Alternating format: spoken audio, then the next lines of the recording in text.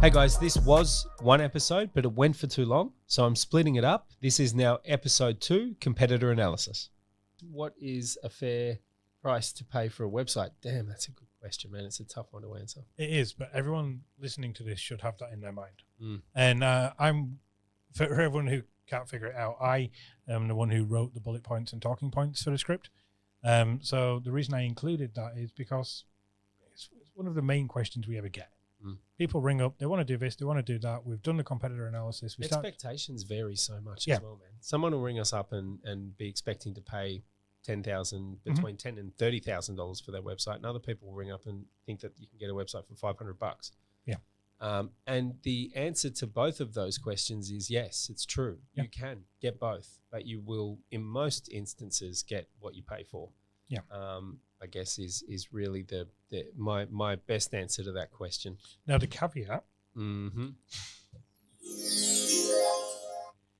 I'm not disagreeing with you when you say that you will get what you pay for. The caveat is not always. You should be you should be considering what do you need. Somebody might try to sell you a 30 grand website saying that you need A, B, and C, and X, Y, and Z. Yeah. And let's assume that you've established that you don't need a landing page, or you don't want a landing page. You want a real website. They might say it's 30 grand because you need all of this, and they'll bamboozle you with all the sophisticated do-wackies, right? But you might not need that. You know, so this again comes back to competitor analysis, because if you've done that properly, you will see people who are in the space that you want to enter. You will see what they have, you know. And if you're going into a space and everyone has on average a WordPress website with 12 pages, and someone's trying to sell you a 200-page website on blah blah platform with Bootstrap and PHP developed coding or whatever it is, you can turn around and say, I don't need that. That's overkill. Because you've done your competitor analysis. Right. You can turn around and say, well, I want a WordPress website and I need it to be 12 or 15 pages. How much will that cost me? Yep. And then the person says, oh, well, I don't develop WordPress. And it might be that they don't know how to do WordPress, so they was trying to sell you something you didn't need.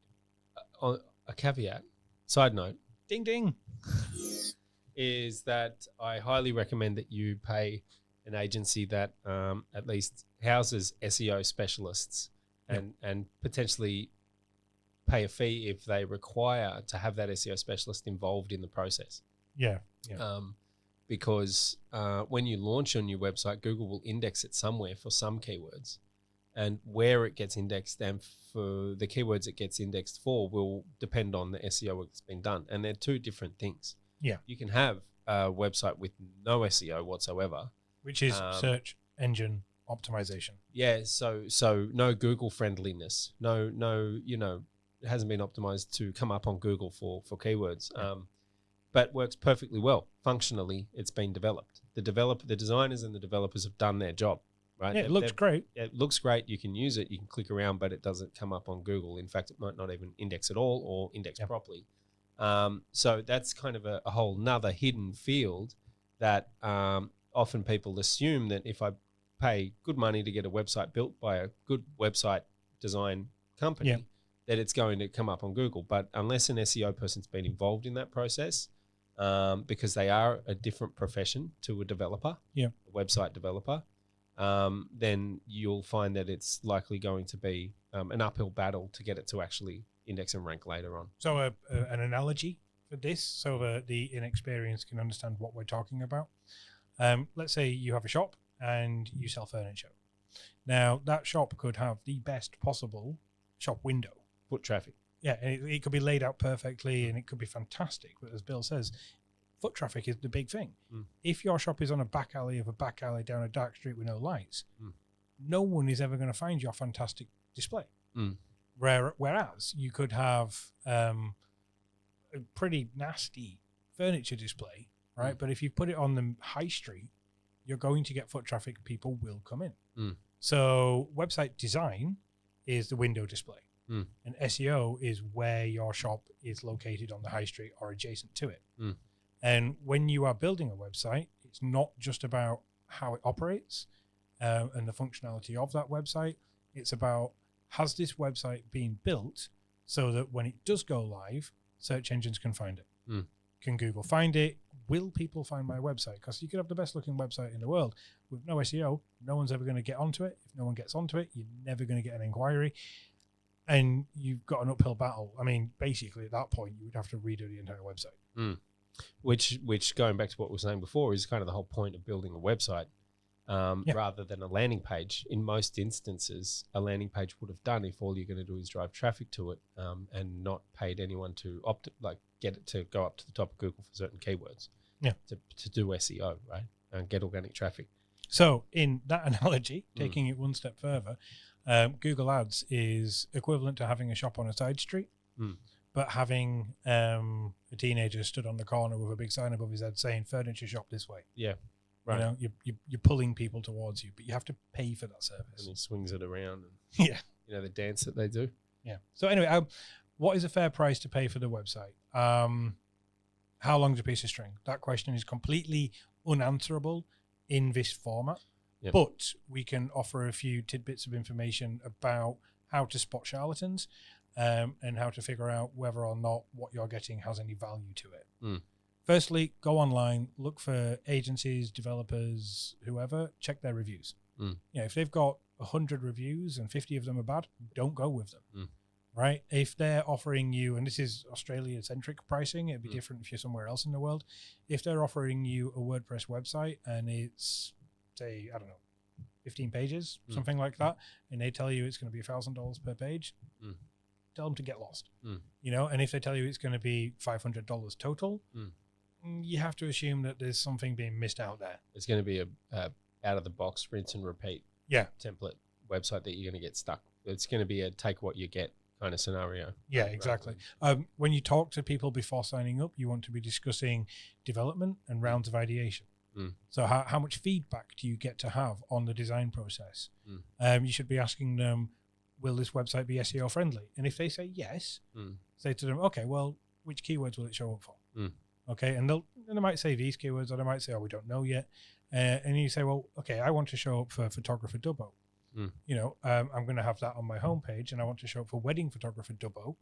So I need to have a page specifically for wedding photographer Dubbo. It also depends on whether or not at this stage, if you've got your logo yet, if you've got some idea of what your brand colors are going to look like.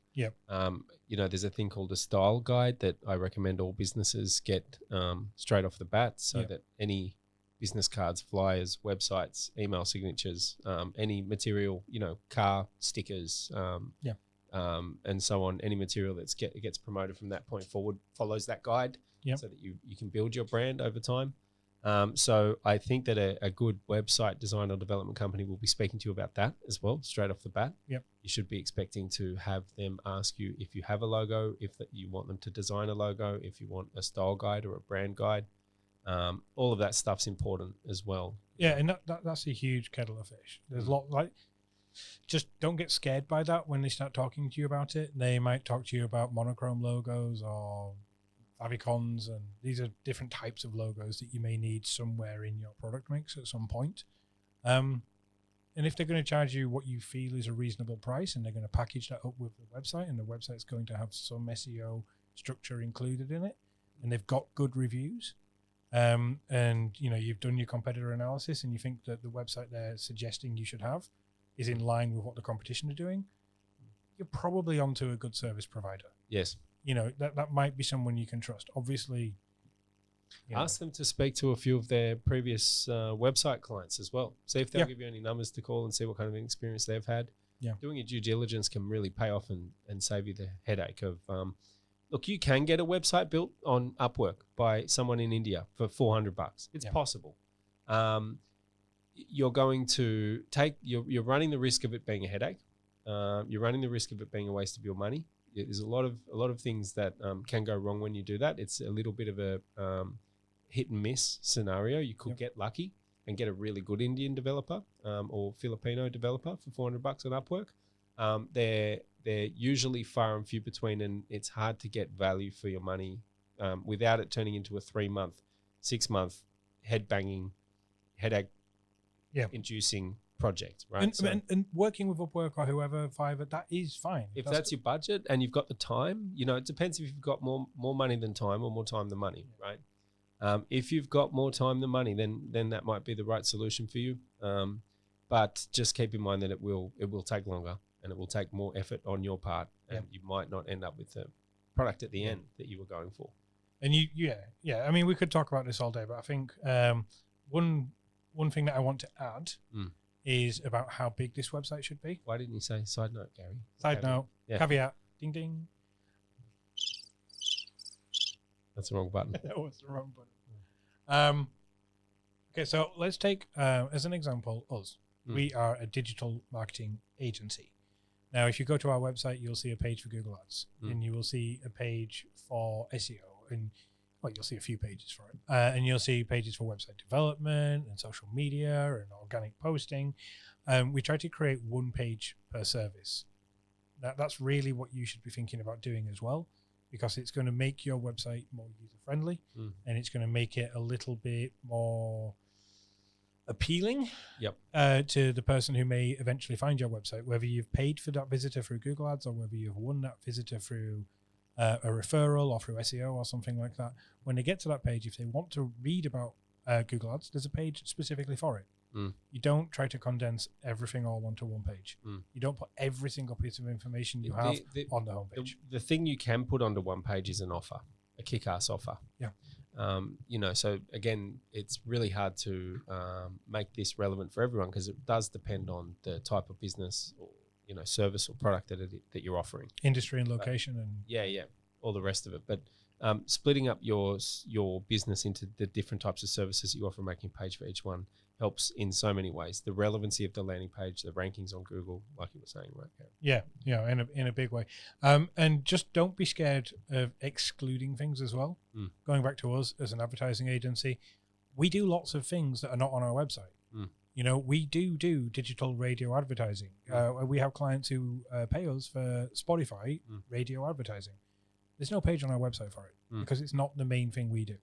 That service is being sold to our clients when they come to us and they say they want to try something new, or they've got this budget for brand awareness campaigns, or they want to try and capture people while they're driving. So we say, oh, what about this? And as a wedding photographer, going back to that example, you have a website for wedding photography. You might also have a page for portrait photography. You don't also need a page for every other type of photography that possibly exists. Product photography. If you don't intend to make it your bread and butter, if you don't even intend to push it as a service, don't have it on there. You don't need to pay for that page being built if you don't perceive that page is ever going to receive any traffic. Correct. Yeah, I agree. All right, so this is comfortable. I'm going to try this for all. I think we need different arms. The ones that reach out, so you can recline, because it's kind of really anyway. Oh, I've got good posture, so I'm all right. Yes, I have terrible posture. I don't know what I'm on about. Okay, so that last section was a bit of a mess, but there's heaps of information in there. There's heaps. Yeah, there's heaps. Just don't let people. Yeah, don't let people rip you off. Yeah. And if it sounds too good to be true, it probably is. And if it sounds too cheap to be good, it probably is. Okay, so other bits of information. These are. Oh, by the way, on the website, before we forget, always find out who's going to write the copy for the website. Yeah. Because a lot of the times people think they're getting a website built, they pay, and then they get sent a whole bunch of hard work that they have to do to get that website built. Make sure you know what you're going to have to do and what the website design company is going to do for you. Yeah, because website design could just be the design. And what Bill means by copy is the text. If there is a page for wedding photography, and that page is supposed to have 500 words for wedding photography content, who's going to write that? Yep. Or about us, about me, who's going to write the services page, who's going to, for e-commerce, write the product descriptions, there's sometimes a lot of work to be done to build a website.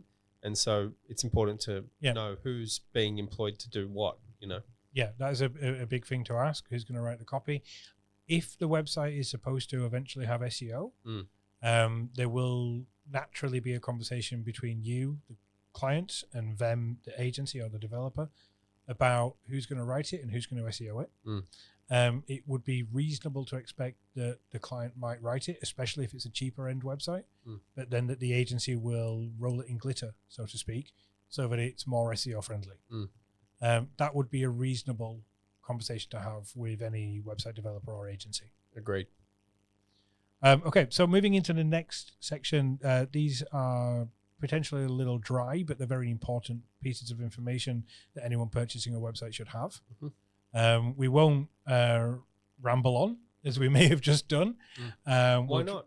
We'll try to stick to the talking points so people can follow us. Oh, okay. Yep. Okay, so information, other bits of information. What is hosting? If you don't know what hosting is, when you take out a website. It's a 6-letter word, Gary, 7-letter word. That's what hosting is. Hosting, it sounds like that. It's a sound people make. Okay. A website is basically a file. Yes. Okay, now that is a file that is held on a computer somewhere or a server.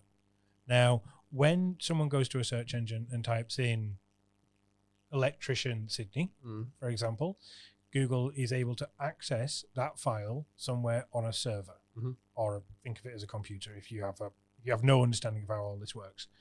Now, to keep that computer running 24 hours a day, to keep it secure and safe, and to make sure that it operates at speed so that your website doesn't take a million years to load, you have to, if you're on WordPress, you have to pay for something called hosting. And hosting is one of those things, like any website or any online service, you can get it for next to nothing, or you can pay a lot of money for it. Or you can get ripped off for it as well. Yeah. We recently worked with a client and rebuilt their website. I won't say who they were or who they were paying for hosting, but they were just basically getting absolutely shafted. They were paying nearly $500 a month to host 2 websites. That's a lot of money. Now, for people who have no context of this, $250 hosting for a website, if it's a very big website that has lots of e-commerce and maybe login portals and needs high levels of security and payment gateways and stuff like that, $250 per month is reasonable. If you are a small electrician, it's not. Yeah, look, I think anywhere around, if you've got support from a technician, if it's Australian based, so that the website loads more quickly, the servers are in Australia.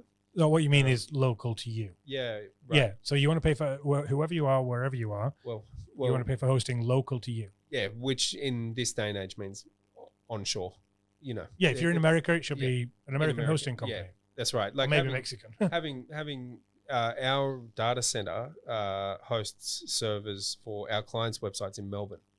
We're based in our head offices in Sydney, so that's local hosting. Yeah. In this day and age, right? Like Philippines, East Coast of US, where most of Crazy Domains, GoDaddy, those kinds of large shared hosting sites where you can get cheap hosting and limited support, will mean that the ping response or the how quickly your website loads from those servers could take longer. Yeah. So what Bill means by a ping response, for anyone who doesn't know, let's say you are, we'll use an Australian example because we're here in Australia. Let's say the person is in Melbourne, Victoria, and they search for a wedding photographer. And the website is hosted in, say, the Philippines. That means that the Google search engine, the internet, the browser you're using, that has to request that that file be loaded from a computer in the Philippines and served on the screen of the person who's in Melbourne. And that can take time. The further, the greater that distance is, the longer it's going to take to load. And there's a couple of other compounding factors. And why does that matter, Gary? Load speed because of a website.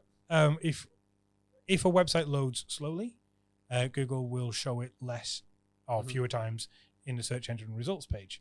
So if you had 2 websites, and this is again getting technical, but if you had 2 websites that were identical in every single respect, and one was hosted locally, so by which we mean in your country, and one was hosted in India or the Philippines or Kenya or wherever you can buy cheap hosting from, it's going to take longer to load because that signal, the electrical impulse that goes from that person's browser all the way around the world to the server or the computer where that website is hosted, and then goes back again to that person's device so that the website can load, it's going to take longer.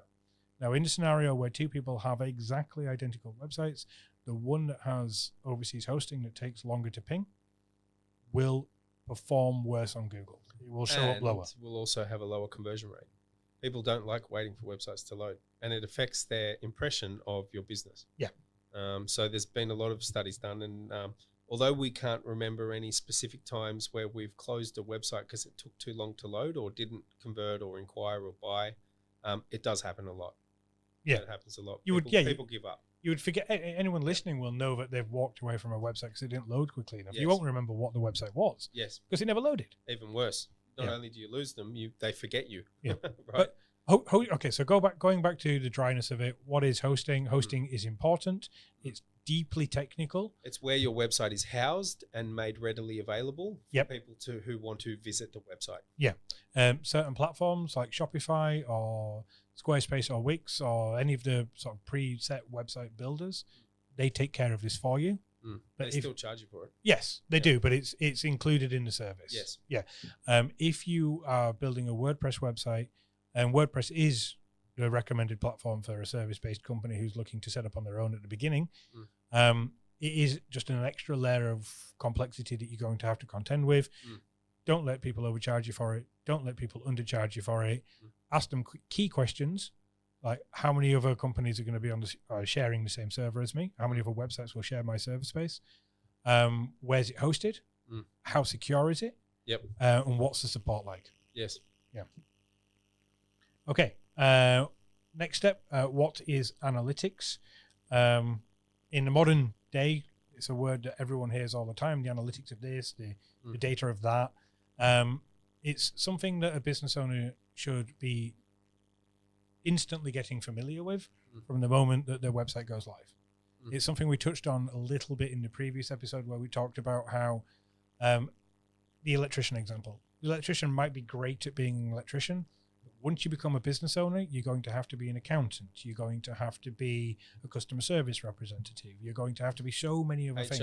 You're going to have to be, Yeah, and a data analyst is one of the things you're going to have to be. Yes. Now, if you have a good agency in your corner, they'll teach you how to do it. They'll teach you at least the basics of what they're reporting to you. But as a business owner, the book should stop with you.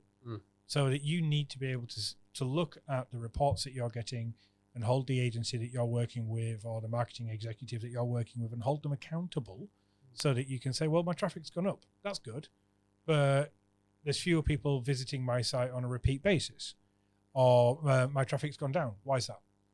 Right? And then they should be able to explain it to you. Or my traffic's gone up, but my phone calls or my form submissions or my e-commerce sales have gone down.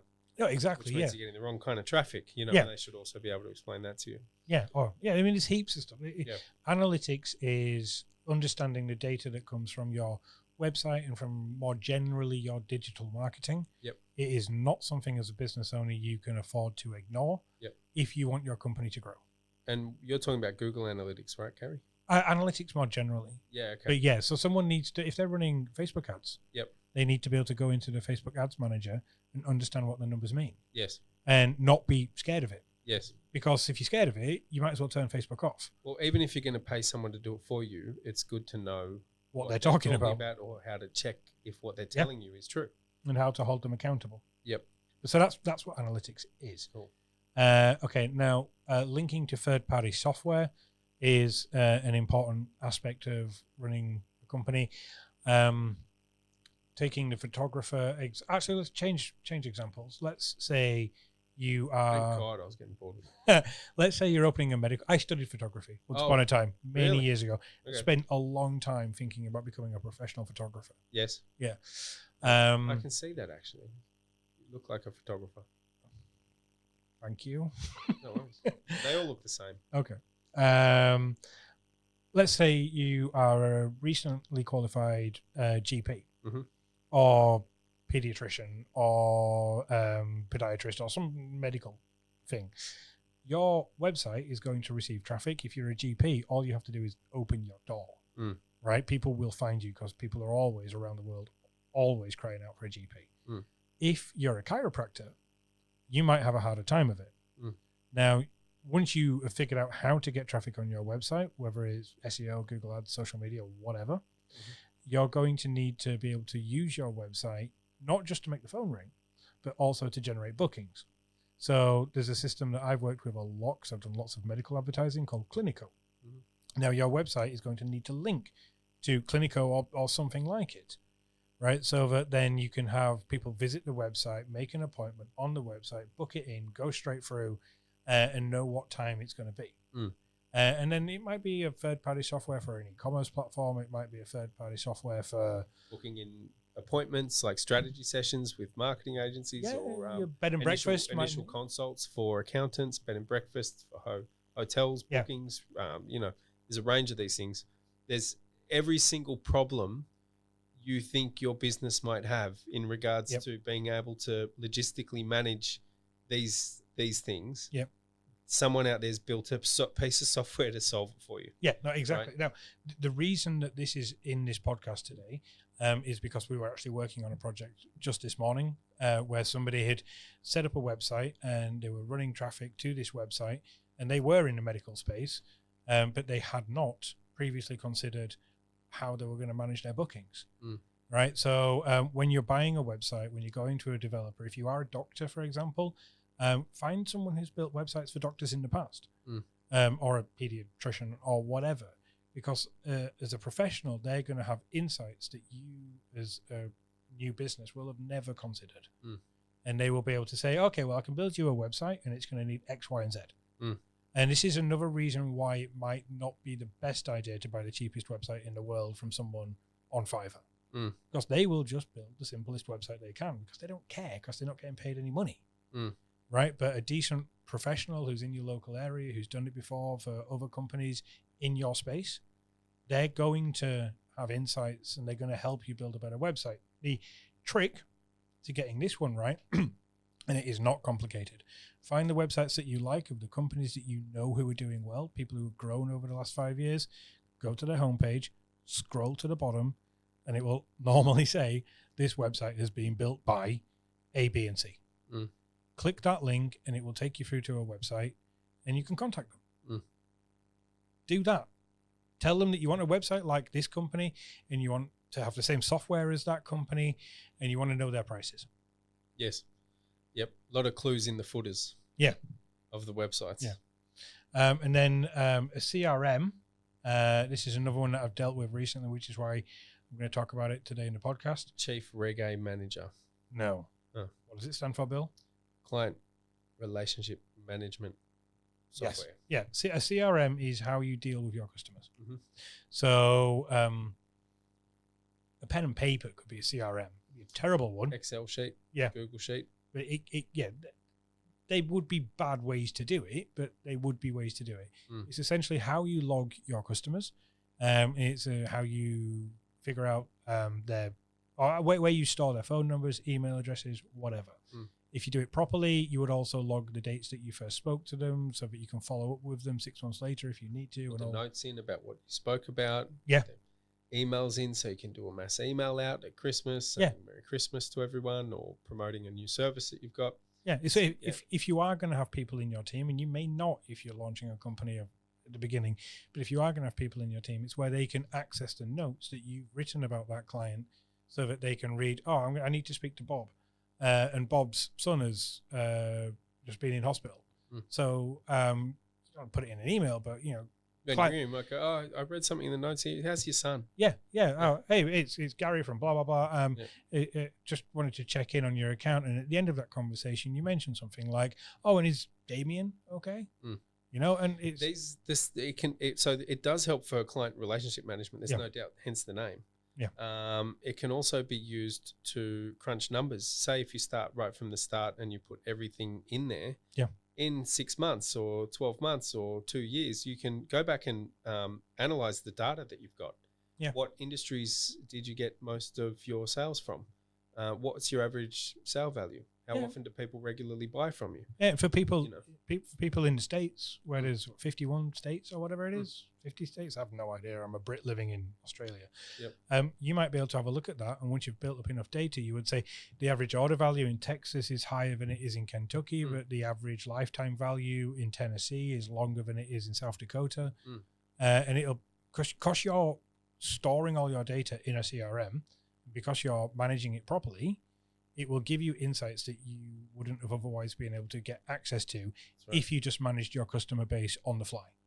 If you stored it all in your phone, no chance. Plus, one day you might hire a secretary or some salespeople or some account managers or some brokers or some bookkeepers or some whatever type of business you're in, and those notes will be there so that they know that when Bob calls, he's a crackpot and he's going to take up 3 hours of your time and not pay you any money. So don't waste your time talking to Bob. Yeah, exactly. Now, CRMs, like a website, how long to piece of string you can pay. God knows how much for them, but many of them have free versions. This is, they do. Until you start building a list, they can get more expensive. But in the beginning, and then it depends on what you want the CRM to do. So there's business automation, which is another whole series we could do. We're not going to touch on that, but business automation can help with efficiency and make your life less stressful running your business. Yeah, it's worth looking into. But there's probably the three most popular ones: HubSpot, Salesforce, and Zoho.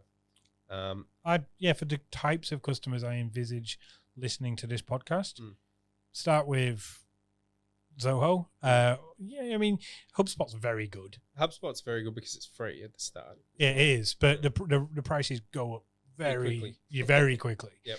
Salesforce's the prices start high and stay high. Yeah. Zoho is a budget Salesforce. Yeah. For the people who are listening to this, Zoho is designed for you. Yep. That Zoho are not paying us for that. I wish they were, but they're not. Check it out. Use the free version. When you buy your website, make sure that the person you're buying it from is up to speed on a Zoho integration. That's what you need to ask them for. So that will help you run your company in the long term. Fantastic, Gary. I think there is so much in there that we're going to have to wrap it up there. We are. My brain can't take anymore. I know that much. There's too much information.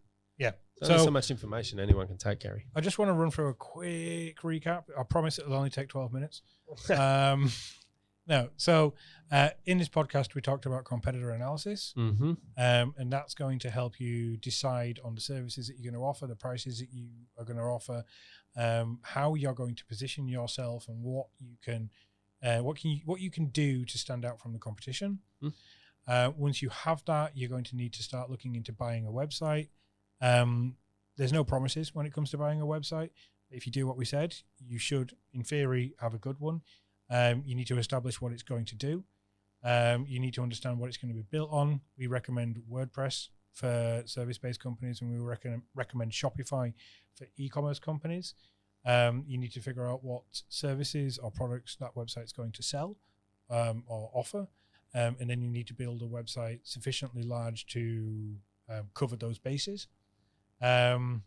If you've gone down that road, you need to understand where you're hosting or how your hosting is going to work.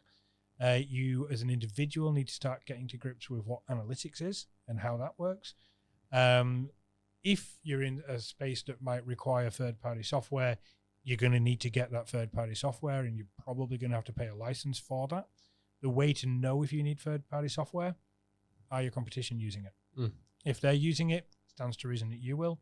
The license usually won't be much. These third-party softwares they work on an economy of scale, so they're not expensive. Depends on the industry. Yes. Yeah. Then you'll need to start looking into a CRM. We recommend Zoho. That will do 97% of what you need. What's Zoho? It's about $30 per user or something. So you could pay $30 a month. There's even a free version, right? Yeah, I think so. Yeah, for a limited time. Yeah, 7-day trial or something like that. And at the end of that, you're going to have a well-built, SEO-friendly website, and it's going to have everything in place that Bill and I suggest you should have if you are going to start out on your website owning business journey with the best foot forward. Love it, Gary. Yeah. Thanks, mate. Thanks for your time. Hope you guys out there listening to this got some value out of that. I know you would have. Yeah. And stay tuned for the next episode, guys. Yeah, next episode we're talking about Google Ads, SEO, social media, and how they work in conjunction with each other. That's a lot. That's going to be value packed. That will be a long one. Again. Stay tuned. Okay. See ya. Cheers, guys. Bye. Bye.